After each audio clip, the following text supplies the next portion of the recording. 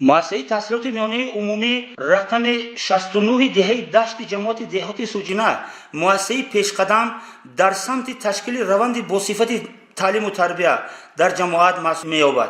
این مؤسسه در آماده نمودن کادرهای بالایقت و بلند برداشتن سطح معرفت‌ناکی نسل نورس سهم ارزنده گذاشته ایستاده است. من دیرکتور مؤسسه تحصیلات میانه عمومی نمره 69 جماعت دهاتی سوجینه دهه دشت میباشم. مؤسسه ما سال 2000 کار شروع کرده است. در مؤسسه در عین زمان 1004 نفر خواننده داریم. از آن جمله 515 نفر دختران درس میخوانند و 50 نفر آموزگاران درس میگویند. از آن جمله 24 نفر زنان کار فعالیت میبرند. همه ساله در مؤسسه کارهای آبادانی گذرانده می شود. از سوی پدر و مادران صاحبکاران هر سال مؤسسه از تعمیر با صفت بلند برآورده می شود. با استقلالیت 35 سالگی حاضر در مؤسسه راه پنجره کرده شد. حوض ساخته است. باز راهروها تالار ورزشی از تعمیر برآورده شده ایستاده است، کار رفته است. باز تپلین کراسی نو ساخته اون طرف. باز 14 سینه‌خانه علاوه‌ای ساخته. همین به حاضر پروای تپلین کراسی میده گرم دهه.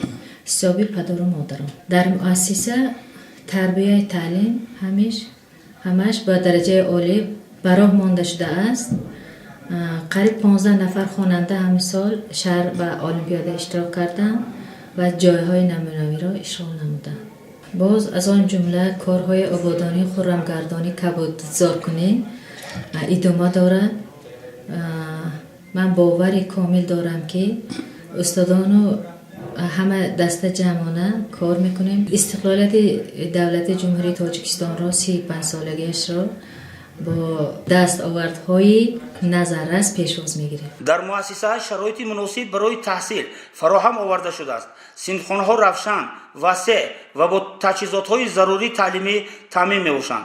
استفاده واسطه‌های معاصر تعلیمی از جمله تخته‌های الکترونی، کامپیوترها و لابراتوارهای فنی بلند شدن صفت درس‌ها مساعدت می‌نماید. کتابخانه با ذخیره‌های خوب کتاب درسی و علمی عمومی فعالیت می‌کند. بچه‌های عزیز، امروز درس ما اسب است. لقب‌های اسب هستند. لقب‌های حیوان‌ها رخش، دوام و خانه حیوان‌ها هم هستند. حیوان‌های خانگی با آنها شما لقب مانده گربه، سگ داریم. اینجا درباره اسب گفته ایستاده است. پدری پسرچه کی بوده است؟ پدری پسرچه گله‌بان بوده است. او گله اسبان را بانی میکرده است. این اسبچه با پدرش کمک میرسانده است، یاری میداده است. قریب که همه گله این اسبان لقب داشتند. عادتها به رفتار زندگی آدم علاقه‌مندی دارد؟ بله دارد. کنید چگونه عادتها هست؟ دو خیر، خوب و بد. بچه ها این چی؟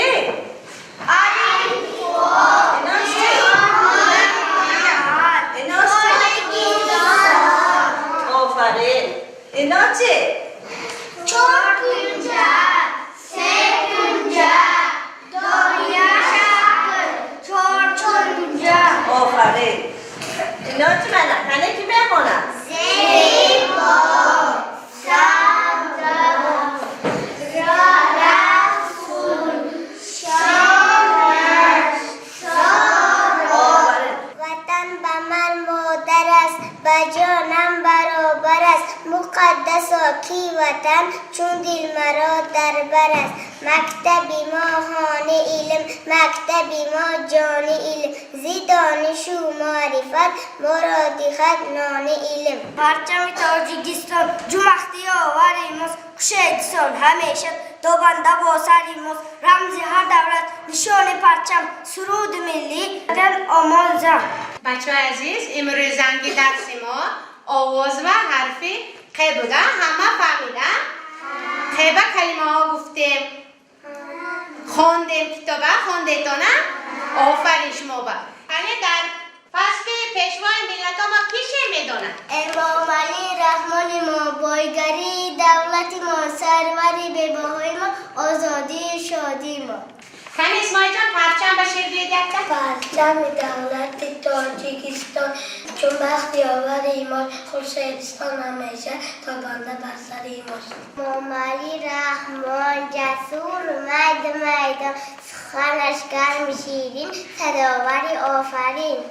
جوانم مادر است و جانم برابر است، مقدس و کیوانم چون دل مرا در بر است. معلمان مؤسسه از کادرهای صاحب تجربه و دارای تخصص بلند عبارت بوده پیوسته در کورس‌های بازآموزی و تکمیل اختصاص اشتراک می‌کنند. آنها به خوانندگان نه تنها دانش‌های نظریوی بلکه ملکه عملی و تربیت معنوی را نیز می‌آموزند. من نورعلی باتور آموزگاری دهه سوژنه جمعیت دشت مکتب رقم 69. من چی گفتنی هستم؟ من گفتنی هستم که رحمت و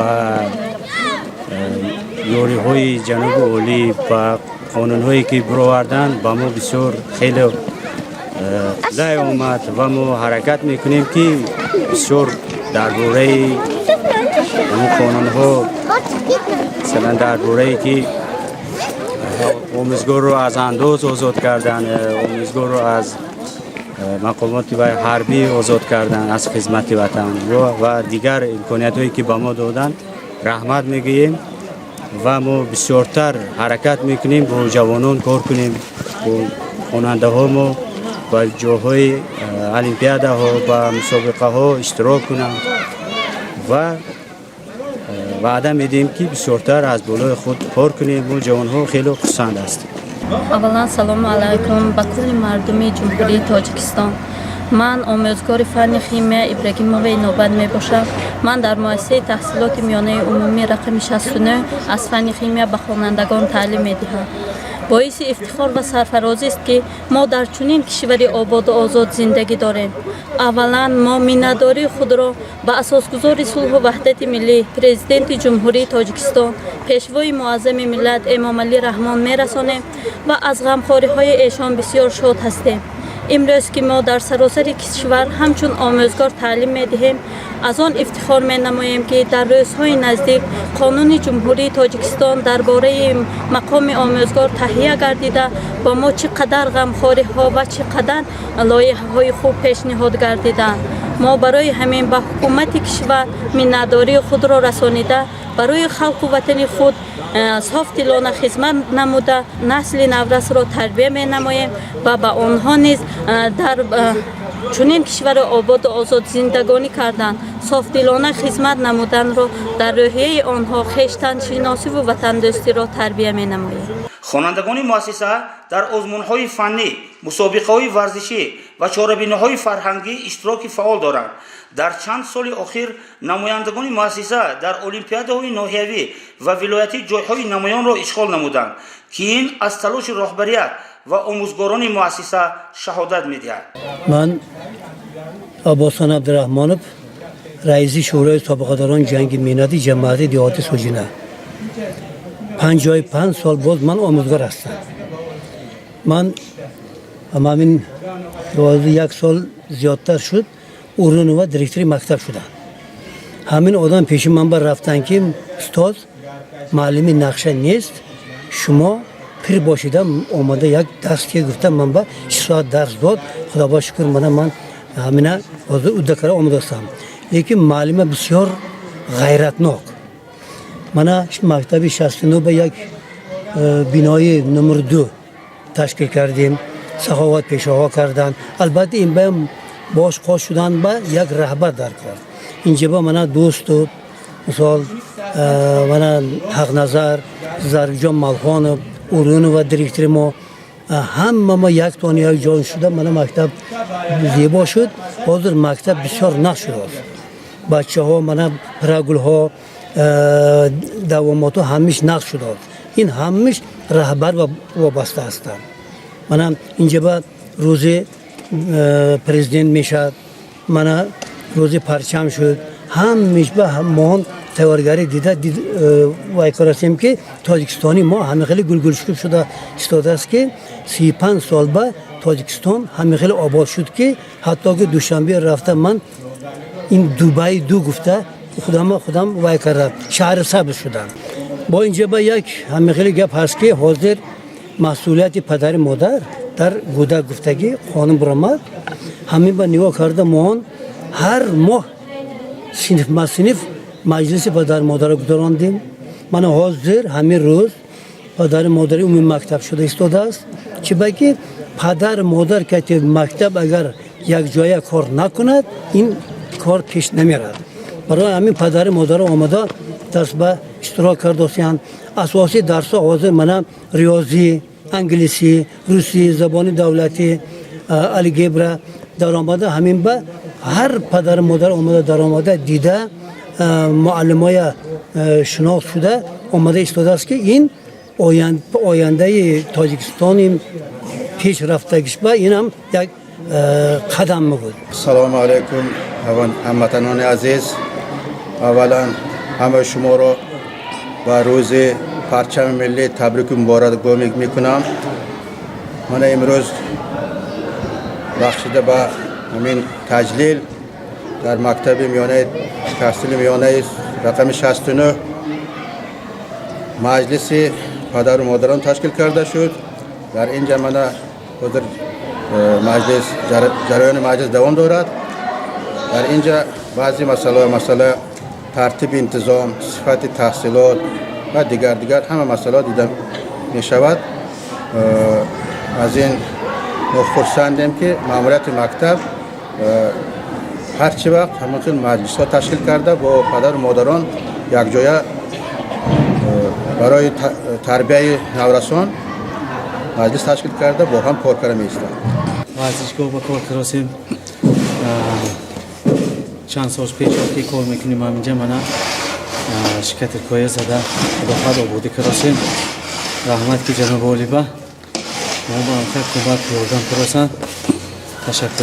تربیه نسل وطن دوست یکی از سمت‌های اساسی فعالیت مؤسسه به شمار می رود. در مؤسسه منتظم چاره‌بینی ها بخشیده به جوانان، فرهنگ، تاریخ دولتداری، استقلالیت و روزهای مهم برگزار می شود. این همه برای تشکل جهانبینی سالمی خوانندگان مساعدت می کند. مؤسسه تحصیلات میانه رقم 69 دهه دشت جماعت دهات سوجینه با شرایط خوبی تعلیمی، سطح بلند آموزگاران و دستاوردهای خوانندگان یکی از مؤسسه نمونوی منطقه محسوب می‌یابد. سهم آن در آماده‌سازی کادرهای بالایقت و بلند برداشتن صفت معارف نظررس بوده در رشد فرهنگی و معرفتی جامعه نقش مهم می‌بازد.